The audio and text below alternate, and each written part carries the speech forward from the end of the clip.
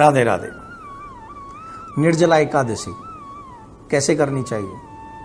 निर्जला एकादशी का महात्म क्या है? निर्जला एकादशी हमको देती क्या है? ये कई सारे प्रश्न हैं और आज मैं चाहूंगा थोड़े बहुत इन प्रश्नों का कुछ आंसर आपको मिल सके। ज्येष्ठ शुक्ल एकादशी को निर्जला एकादशी कहते हैं और हमारे तीज त्योहार व्रत प्रत्येक ऐसा संबंध है जो इस जीव को परमात्मा से जोड़ता है, देवताओं से जोड़ता है। हमारी हिंदू संस्कृति में, सनातन परंपरा में, वेद परंपरा में कोई भी तीज त्योहार एक बहुत बड़ा फल देने वाले होते हैं।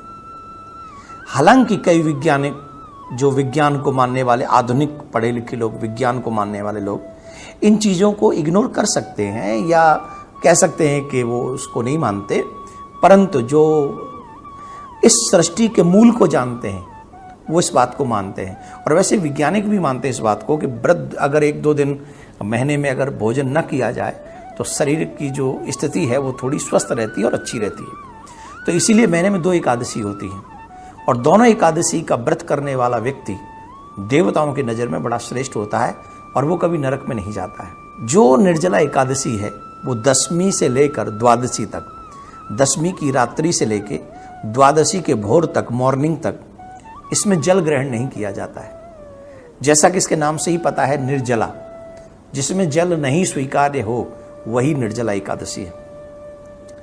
इस निर्जला एकादशी का महात्म क्या है, इसकी पूजा विधि क्या है, हमको कैसे पूजा करनी चाहिए, तो वो संदर्भ में थोड़ी सी हम चर्चा करते हैं। एक बार की बात है, वेद व्यास जी महाराज पांडवों के पास पधारे थे। तो पांडव में द्रौपदी जो चारों भाई थे वो व्रत रखते थे, लेकिन भीम व्रत नहीं रखता था। जैसा आप सभी जानते हैं कि भीम बड़े ही भोजन प्रिय थे, उनको भोजन बहुत प्रिय लगता था।